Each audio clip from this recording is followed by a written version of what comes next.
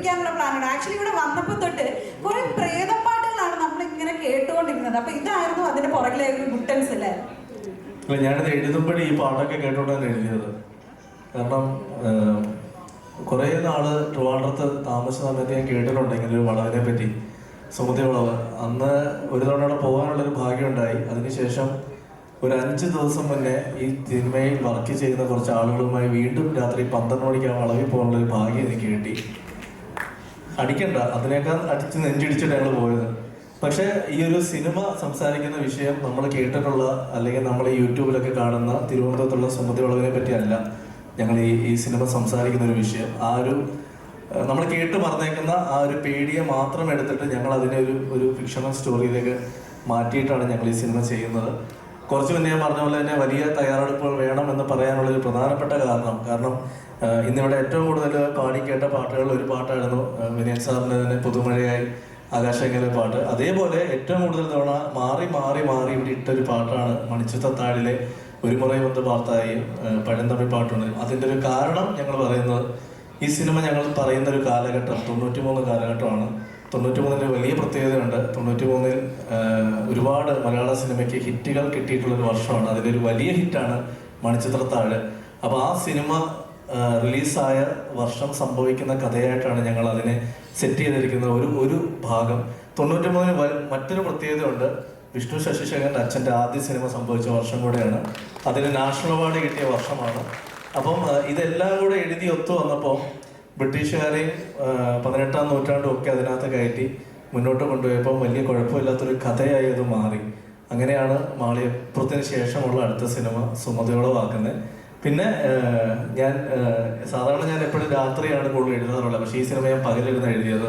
കാരണം അത് എഴുതി വരുമ്പോൾ എനിക്ക് പേടിച്ചാൽ മാത്രമേ തിയേറ്ററിൽ ഇരിക്കുന്ന പ്രേക്ഷകർ പേടിക്കുക, അല്ലെങ്കിൽ ഞാൻ കഥ പറയുമ്പോൾ വിഷ്ണു പേടിക്കും എന്നുള്ളതുകൊണ്ട് ഉറപ്പുള്ളതുകൊണ്ട് തന്നെ ഞാൻ രാത്രി എന്ന് എഴുതാൻ പോവില്ല. കാരണം എനിക്ക് നല്ല പേടി എനിക്ക് വരും. അതിനുപകരം പകൽ എഴുതിയിട്ട് ഇതിൻ്റെ റീവർക്ക് മുഴുവൻ ഞാനും വിഷ്ണുവും ചേർന്ന് രാത്രിയിലാണ് ചെയ്തത്. അപ്പോൾ വിഷ്ണുവും ഞാനും ഞങ്ങൾ എഴുതിയ സാധനം നാളെ തിയേറ്ററിൽ എത്തിക്കുമ്പോൾ ഇപ്പം വേണേൽ സ്റ്റേജിൽ നിന്ന് ഞങ്ങൾക്ക് എന്ത് വേണമെന്ന് പറയാം. പക്ഷെ നാളെ അതിൻ്റെ ഔട്ട് കണ്ടതിന് ശേഷം മാത്രമേ ഇതിനെപ്പറ്റി കൂടുതൽ സംസാരിക്കാൻ പറ്റൂ. ഇപ്പോൾ ഈ കണ്ടത് ഞങ്ങളുടെ മനസ്സിലുള്ള ഒരു സ്വപ്നമാണ്. ആ സ്വപ്നത്തിലേക്ക് എത്തുകയാണ്. പിന്നെ എൻ്റെ ഏറ്റവും വലിയ സന്തോഷം, ഞാനിപ്പോൾ ചെയ്ത അവസാനത്തെ ലാസ്റ്റ് പടം അത് റിലീസാവാൻ തയ്യാറെടുക്കുകയാണ്. അർജുനാണ് അതിലെ ഹീറോ. അതിൻ്റെ ഡയറക്ടർ ഇവിടെ എത്തിയിട്ടുണ്ട്.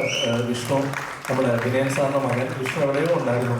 അപ്പം അതിലെ നായകനും അർജുനാണ്. അവൻ തന്നെ ഇതിലേക്ക് വന്നപ്പോൾ വർക്ക് ചെയ്യാൻ കുറച്ച് എളുപ്പമായി. കഥ പറഞ്ഞ് ലൊക്കേഷൻ തന്നെ ഞാൻ കാര്യങ്ങൾ ഓക്കെ ആക്കി.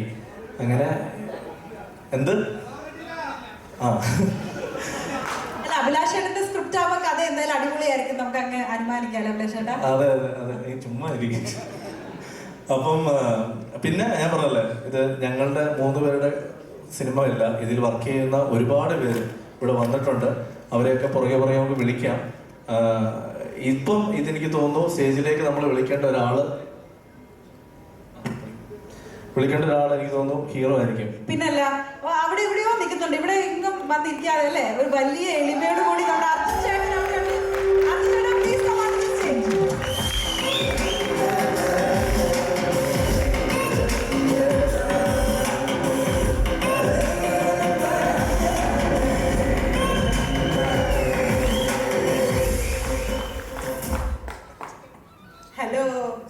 നമസ്കാരം. അപ്പം രോമാഞ്ചത്തിലൂടെ നമ്മളുടെ ഒപ്പം അനാമികയായിട്ട് വന്നിട്ട്, അനാമികയുടെ കൂടെ മാത്രമല്ല ഇപ്പൊ 3-ാമത്തെ കക്ഷിയാണ് കൂടെ. അത് അടുത്ത പടത്തിൽ മനസ്സിലാവും.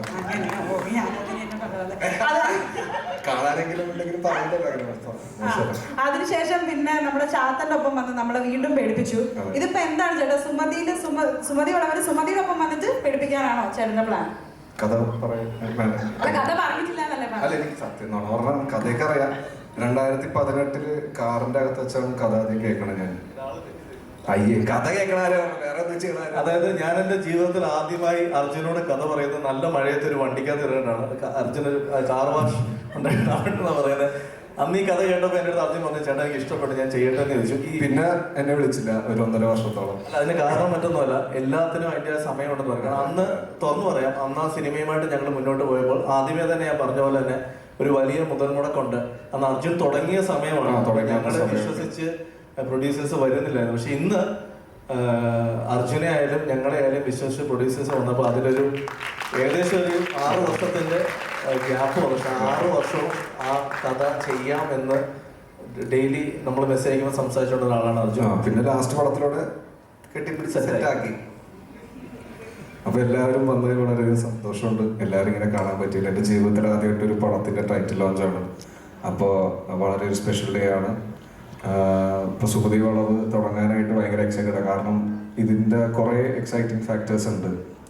അപ്പം അത് വഴിയെ പറയുന്നതാണ്. ഇപ്പം പറഞ്ഞ് കൊളവാക്കാനുള്ള രഞ്ജൻ ചേട്ടൻ കൊളവാക്കിയ പോലെ. ഇല്ല, കുഴപ്പമില്ല. ഞങ്ങൾ നേരത്തെ ഒരു വട്ടം അനൗൺസ്മെന്റ് ചെയ്തായിരുന്നു തിരുവനന്തപുരത്ത് വെച്ച്. അപ്പോൾ പിന്നെയും മറക്കുമെന്ന് വിചാരിച്ചു. പക്ഷെ കുഴപ്പമില്ല, കറക്റ്റായിട്ട് അത് പൊട്ടിച്ച്. വളരെയധികം സന്തോഷം.